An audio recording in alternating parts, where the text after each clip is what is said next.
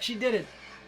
Hey guys, what's going on? Third Street Reactions here. I'm Shane, and I'm back with Ahsoka Season 1, Episode 2.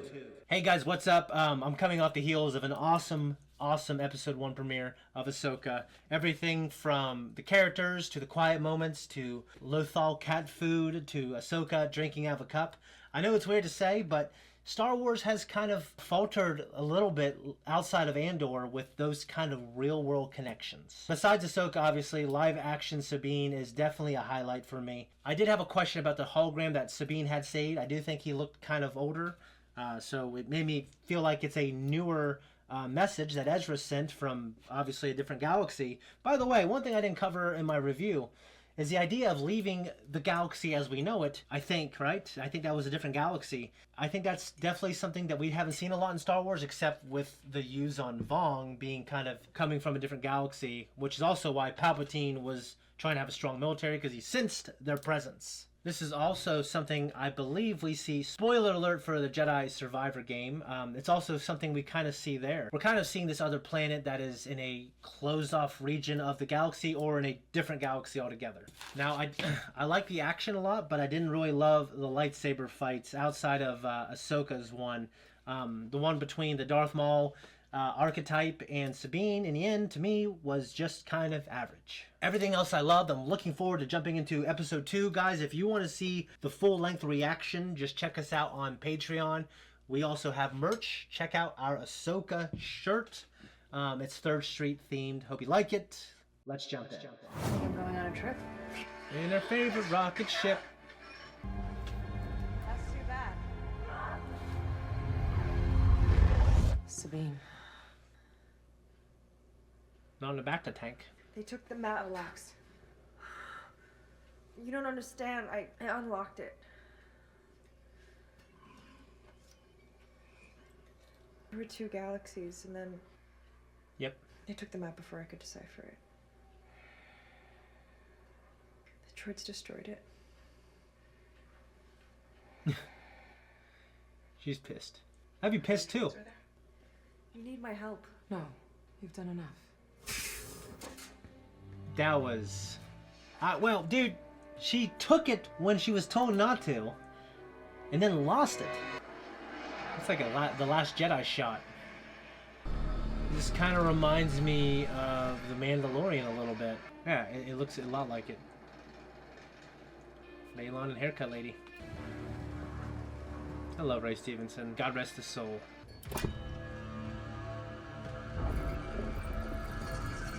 So this would have deciphered it if they knew to take it here.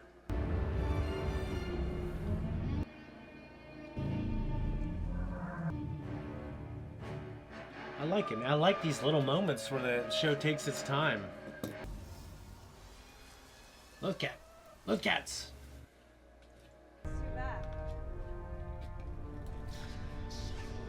She's using Force Echo, kind of like Cal Kestis uses it.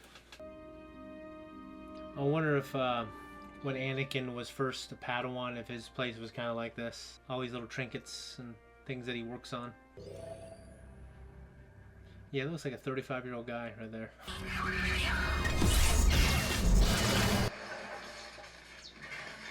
I was hoping you were still here.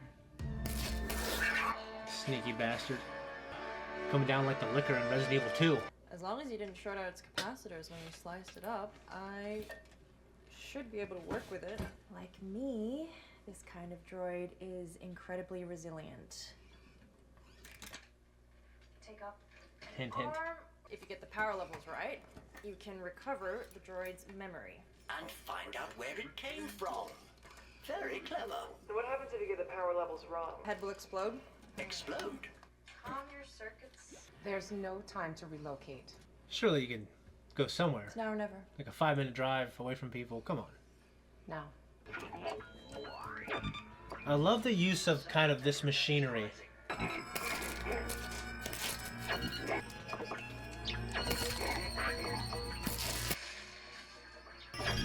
pulling the plug. Oh, wait! This droid came here from Corellia. Corellia? The New Republic shipyard? Morgan Elspeth had factories on Corellia. Let's get going. No, you need to recover. I'm fine. Dude, being stabbed in the stomach. You did good.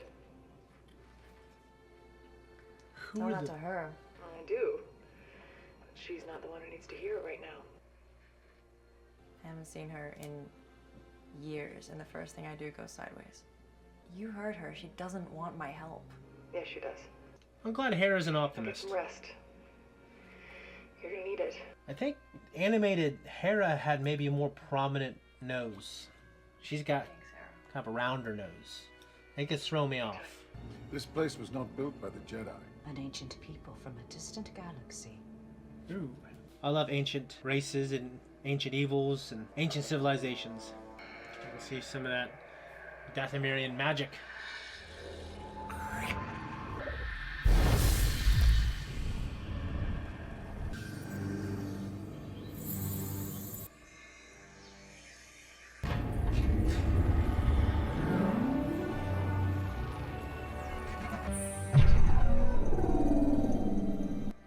It's like a billion light years away.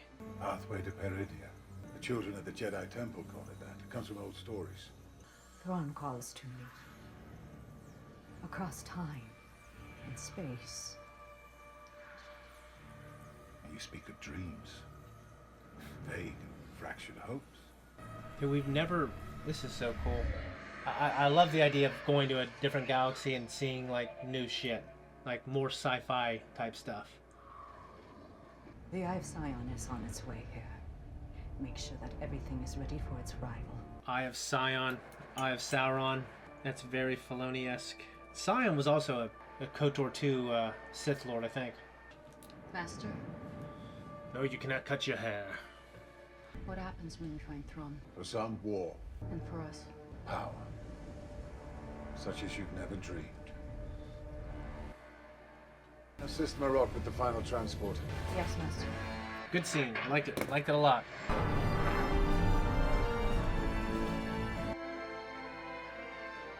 Now, Corellia doesn't look like as much of a shithole now. Stepped up with the New Republic. Look at this asshole. All Imperial assets were dissolved and redistributed, including those held by Morgan Elsbeth. We'd appreciate a look at her former facilities and operations. I am quite busy at the moment. I could make this a more formal inspection if you'd like. That won't be necessary, General. This guy's on the Colony. Badass show that got canceled before its time. Do the facilities still employ any of her former staff? Of course, there is no other way to remain operational. An empire doesn't just become a republic overnight. You will still find ex-Imperials at every level of the New Republic government. Don't you worry about their loyalty? Not at all. The average worker doesn't care about the nuances of galactic politics. That's right. They have loyalty so long as they're paid. I like that. It makes sense. I mean, that's really what it would be. People don't care if it's a republic or an empire.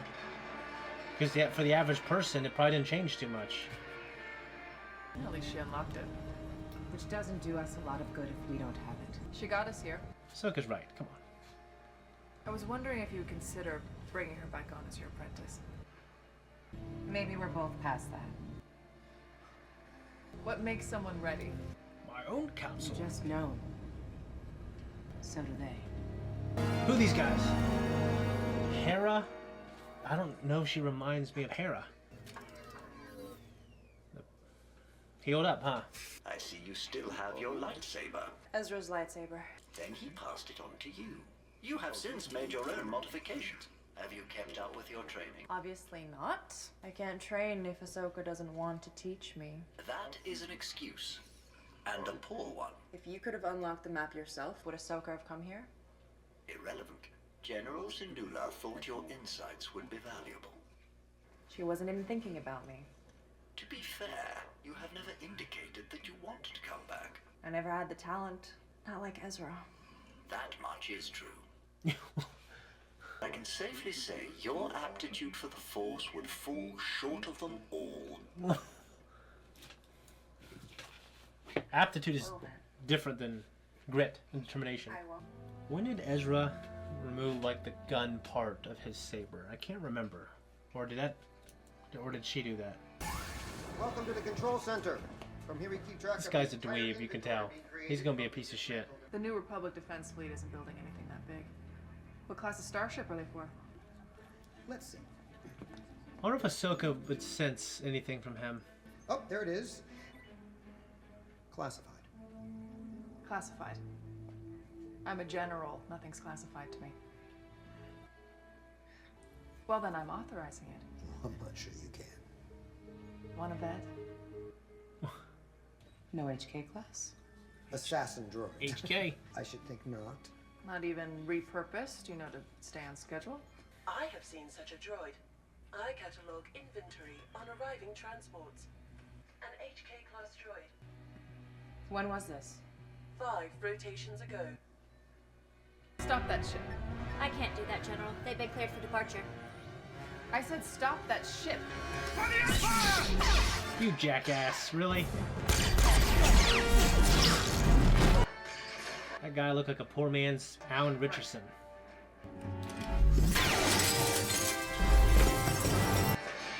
That's cool. For the Empire, come on, really? Hell yeah.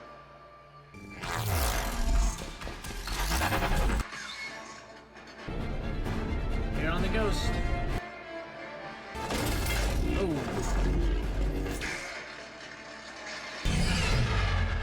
Transport CT-05, this is General Sendula. I order you to stand down and return to port immediately.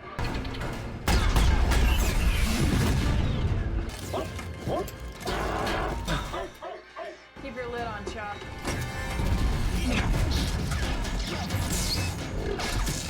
Those moves look okay.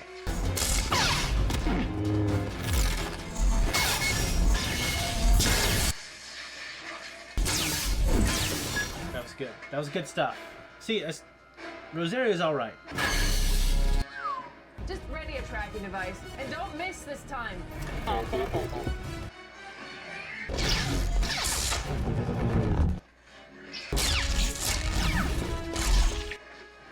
Those moves were all right. He's a very poor man's Darth Maul, but the action moves were okay.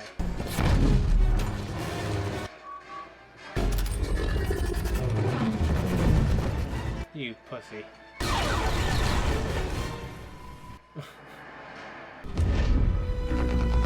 Yeah, she did it. Also, reminds me of the Phantom Menace a little bit. Qui-Gon jumping away, looking at Darth Maul. Now, Chop!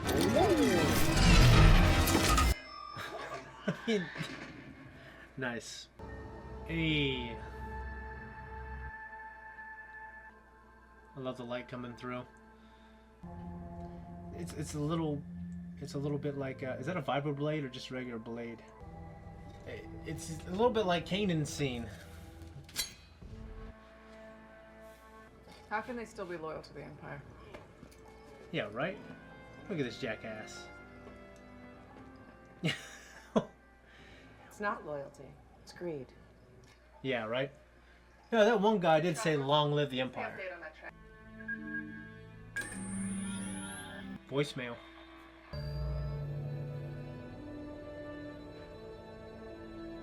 I'm ready. Sweet.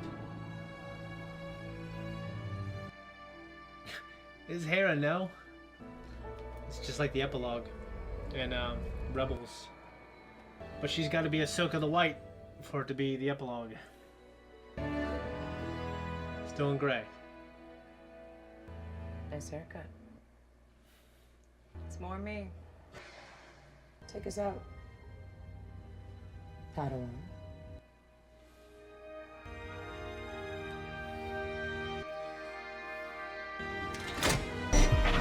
You know, I think when Han did it on Millennium Falcon, I'm pretty sure he goes forward.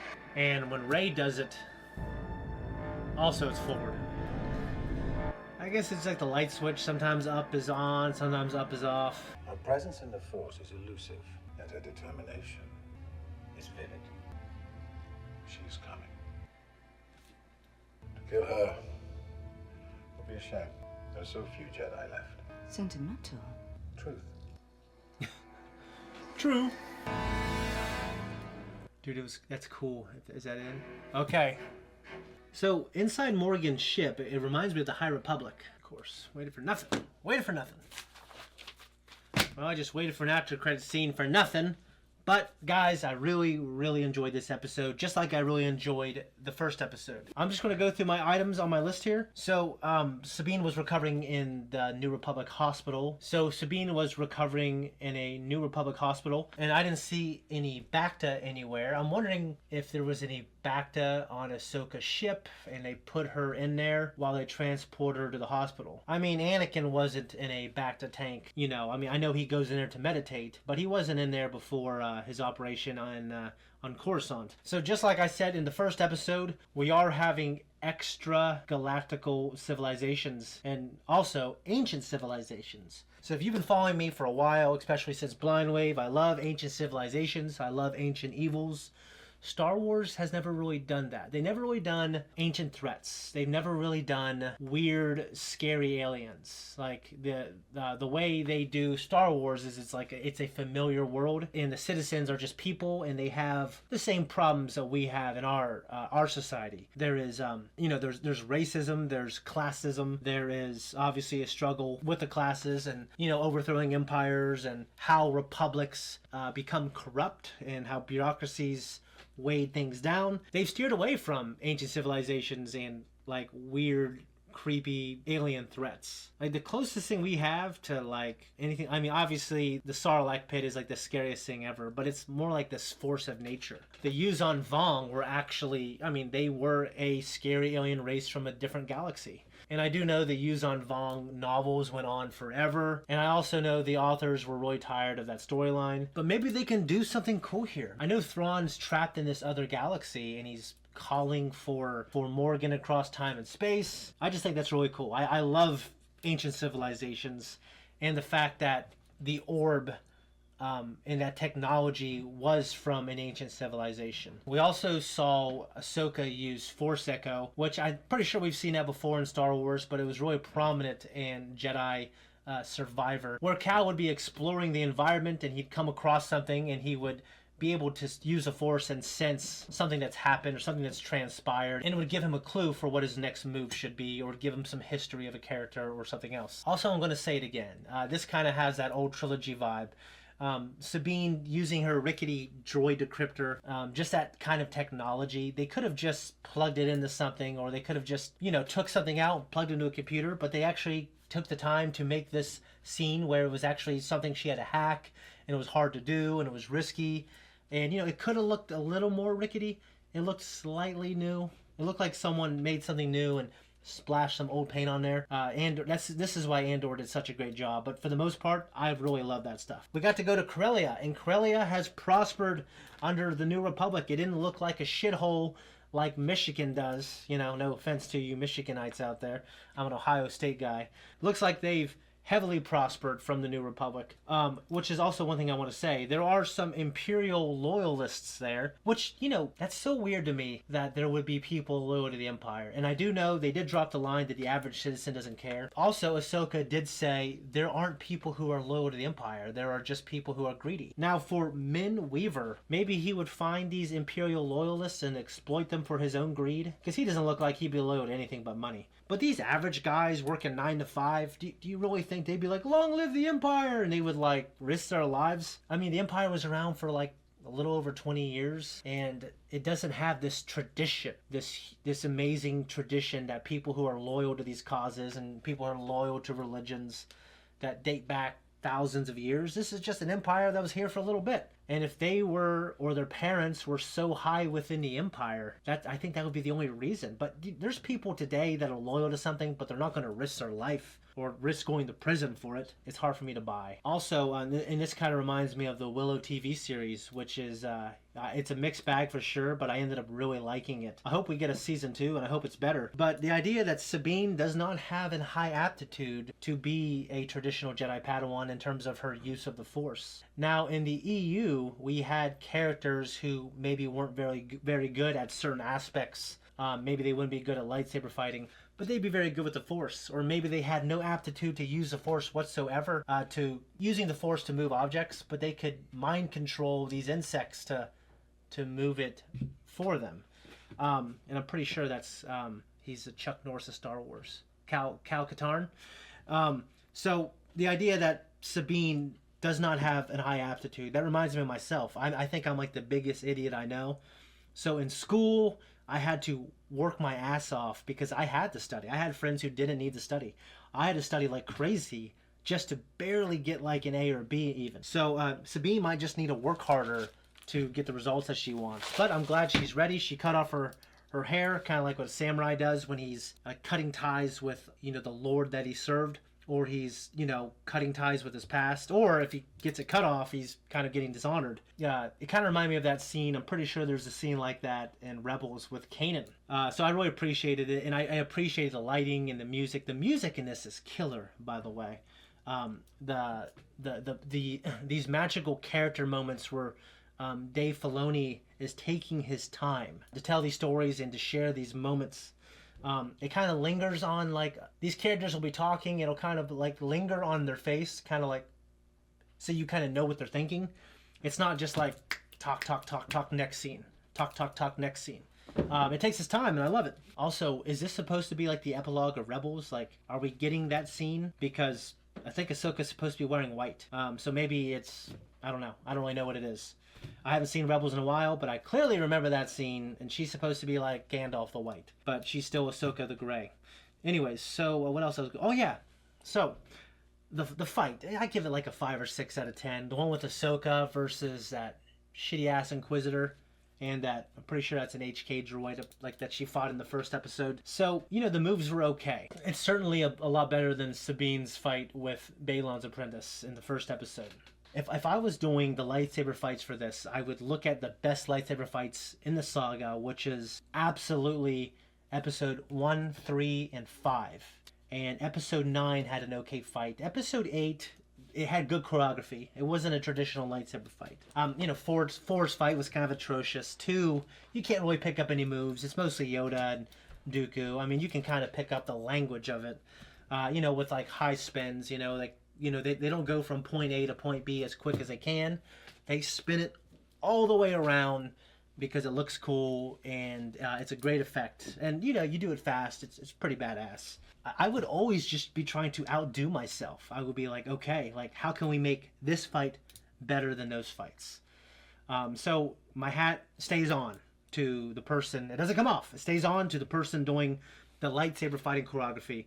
That being said, Rosario Dawson's performance and execution of the moves are really good. I thought they were convincing. There were a few good moves in there, but a lot of it was just some useless kind of fluff. And, you know, one thing that the prequels weren't afraid to do was to back that camera up and let these actors move for multiple, like maybe like a dozen moves.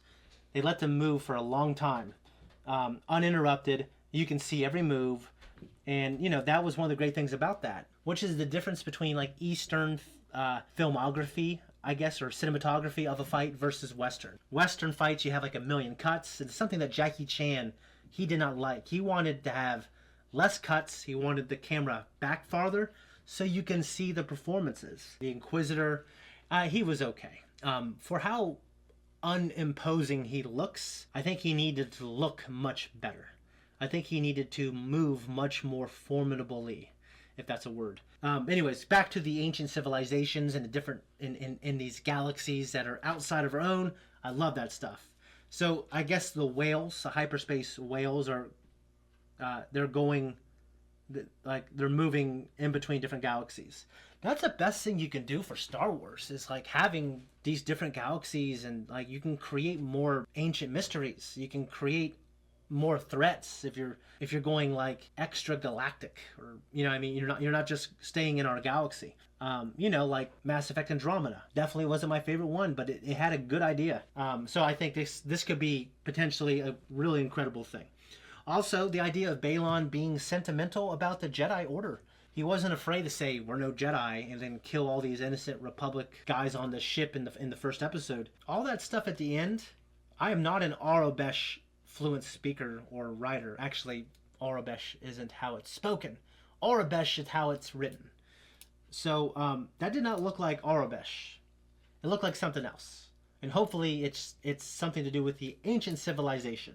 But I do know that Ahsoka and Balon fight, and he mentions You know, a lot of people knew Anakin, and she says, I'm not here to discuss my past. So hopefully we're going to have some Hayden Christensen flashbacks. That's just what I want, baby. Okay, that's what I want so bad. Hopefully we have some Luke Skywalker. I don't need him, but it would be really cool. I would love to have Hayden Christensen and Luke Skywalker. I would just love to have that. Like, you know, the Force ghost of Anakin talking to Luke. I feel like we need that at some point. Maybe we'll get it, maybe we won't. One thing I want to say is I haven't really bought into Elizabeth Winstead playing Hera Syndulla. It just doesn't remind me of Hera. Obviously, she's married to Ewan McGregor, so she gets a pass because I love that man, and anything that's connected to him, I'm going to love and forgive. And I don't care what anyone says. So, I mean, I do love Hera being the optimist and trying to bring Ahsoka and her... And you know what? Ahsoka also needs to lighten up a bit. She's very consistent with how she was in Rebels and what we saw with her in The Mandalorian and the Book of Boba Fett. She's kind of older and a little more better and not as bright-eyed. But I do hope we get to see her character lighten up a little bit. You know, one thing... Ashley Eckstein, who I love so much, like, she talks about how Ahsoka is, you know, how she is Ahsoka, and Ahsoka is positive and brings hope to people. And, you know, I don't like to think of Ahsoka as someone who gives up on people. Like, I think she definitely had good reasons for leaving the Jedi Order, but I hope we see some really good reasons for her not wanting to train Sabine, you know, leaving her. I mean, she has plenty of time to redeem herself. I love the character, and I'm really enjoying this show so far. Anyways, guys, I think that's it. If you want to see my full-length uncut reaction to this and all the things that we do, check out our Patreon, check out our merch. We're out of here.